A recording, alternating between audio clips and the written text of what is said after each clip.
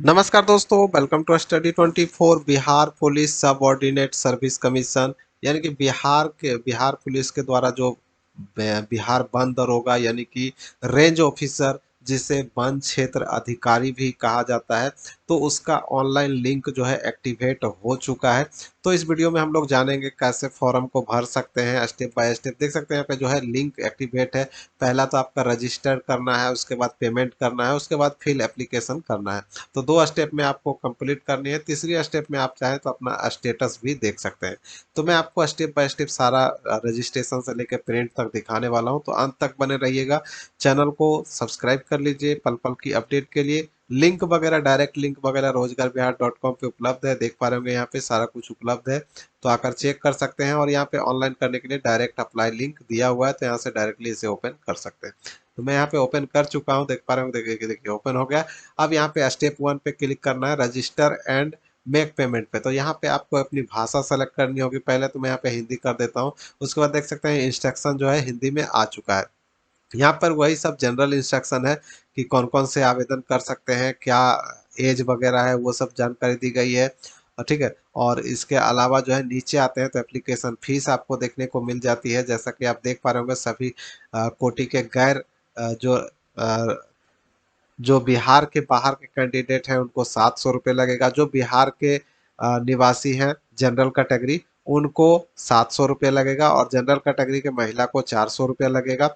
और वहीं ईडब्ल्यूएस के कैटेगरी के पुरुष अभ्यर्थियों के लिए 700 और महिला के लिए 400। ईबीसी बीसी के लिए 700 और महिला के लिए 400। एससी एसटी के लिए पुरुष हो या महिला हो 400 दोनों को लगेगा। और बिहार के सभी ट्रांसजेंडर को भी 400 रुपये लगेगा। यही सबसे जानकारी जो है यहाँ पे दी गई है, इसको पढ़ लीजिएगा। और इसको आपको एक्सेप्ट कर लेना है। एक्सेप्ट करके देखिए यहाँ पे proceed to registration and payment पे आपको क्लिक कर लेना है। अब देखिए यहाँ पे होता है कि आपको 3 टाइप से चूज करना है। आप क्या हैं, डायरेक्ट रिक्वायरमेंट के लिए आप अप्लाई करना चाहते हैं, या पहले से आप एक्स सर्विसमैन हैं उसके अंतर्गत आवेदन करना चाहते हैं, या फिर बिहार में एम्प्लॉई हैं बिहार सरकार के अंतर्गत, उसके अंतर्गत अप्लाई करना चाहते हैं। तो वो आपको यहाँ पे सेलेक्ट करना होगा। ठीक है। मैं यहाँ पे डायरेक्ट कर लेता हूँ। स्टूडेंट, अगर जनरल स्टूडेंट ऐसा ही है, पढ़ लिख रहे हैं और तैयारी कर रहे हैं प्रतियोगिता परीक्षा की, तो आप डायरेक्ट वाले पे क्लिक करेंगे। जैसे ही आप इस पे क्लिक करेंगे तो यहाँ पे रजिस्ट्रेशन फॉर्म खुल जाएगी। रजिस्ट्रेशन फॉर्म खुलते ही यहाँ पे आपको अपना first name, middle name, last name भर लेना है। एप्लीकेंट नेशनलिटी सेलेक्ट कर लेनी है, इंडियन।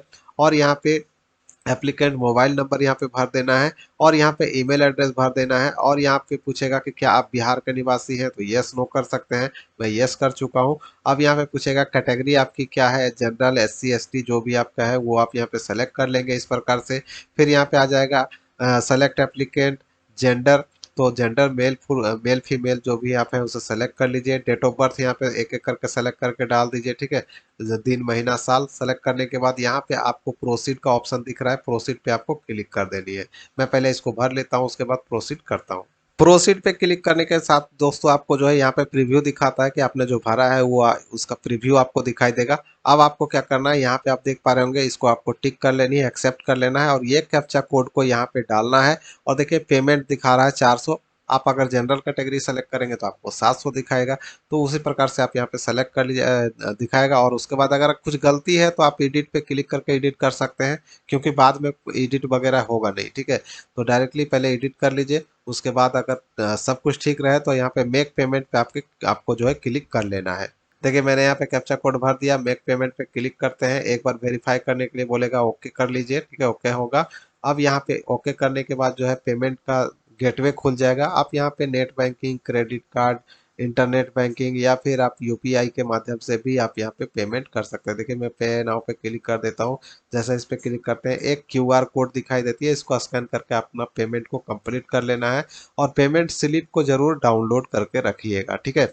अब मैं आपको अगला स्टेप दिखाता हूँ। पेमेंट करने के बाद जो है आपको रजिस्ट्रेशन आईडी देख सकते हैं यहाँ पे मिल जाता है। रजिस्ट्रेशन आईडी के नीचे आपको प्रोसीड एप्लीकेशन दिखाई देगा। देखिए यहाँ पे फॉर्म जो है खुल जाएगा। प्रोसीड करने के बाद यहाँ पे आपको जो है पहले तो ऊपर वाले सेक्शन में एप्लीकेंट डिटेल में जो है आपके माता का नाम, पिता का नाम, डेट ऑफ जो आपका मोबाइल नंबर है, वो सब जो सारी जानकारी आपको भरनी है, ठीक है। आइडेंटिफिकेशन मार्क्स हो गया, ठीक है। तो ये सब सारी जानकारी जो है ऊपर में आपको भरनी है। साथ में उसके नीचे जब आते हैं तो देखिए यहाँ पे जो है आपको qualification detail, educational qualification detail भरना है। तो इसमें आप अपना पहले 10वीं का डिटेल भरेंगे, फिर उसके बाद सेकंड रो में जो है आपको ग्रेजुएशन का डिटेल भरना है, ठीक है। बोर्ड यूनिवर्सिटी का नाम हो गया, सब्जेक्ट नाम हो गया, और डिवीजन वगैरह परसेंटेज हो गया, और सर्टिफिकेट कब आपने पास किया है वो आपको सेलेक्ट करके कैलेंडर के माध्यम से चूज करके डालना होता है, ठीक है। और उसके बाद जो है नीचे आते हैं, ठीक है। नीचे देखेंगे तो एड्रेस डिटेल आपको देखने को मिलता है। तो यहाँ पे आपको परमानेंट एड्रेस और कोरोस्पोंडेंस एड्रेस दोनों अच्छे से भरना है। कोई भी गलती नहीं करना है। गलत करने पे जो है आपको जो है आपका फॉर्म रिजेक्ट भी हो सकता है, क्योंकि फॉर्म बहुत ज़्यादा संख्या में आता है तो विभाग छांटने में देरी नहीं करता है। इसलिए आपको जो भी डिटेल इसमें फिल करना होता है वो अच्छे से भरना होता है, कोई भी डिटेल मिस्टेक ना हो। तो एड्रेस भर लीजिएगा।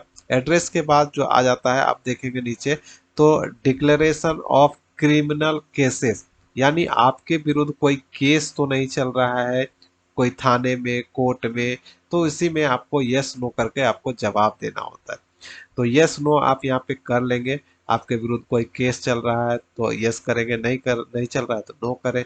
कोई थाने में शिकायत आपका है तो वो सब आप एक एक करके यस नो कर लेना है। यस नो करने के बाद जो है, देखिए यहाँ पे सबसे इम्पोर्टेंट है कि आपको कोई परीक्षा वगैरह से निष्कासित वगैरह तो नहीं किया गया है, वो भी आपको सेलेक्ट करना है। यस नो करने के बाद नीचे देखिए ये जो है आपका फोटो और सिग्नेचर का ऑप्शन आ जाएगा।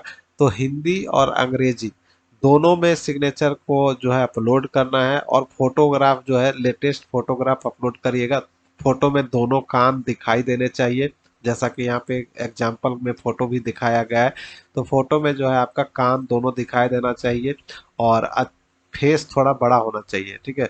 उसके बाद प्रोसीड करेंगे तो ये जो है आपका प्रीव्यू दिखा देगा कि आपने जो भरा है वो सब कुछ ठीक है कि नहीं। तो यहाँ पे आपको टिक करना है।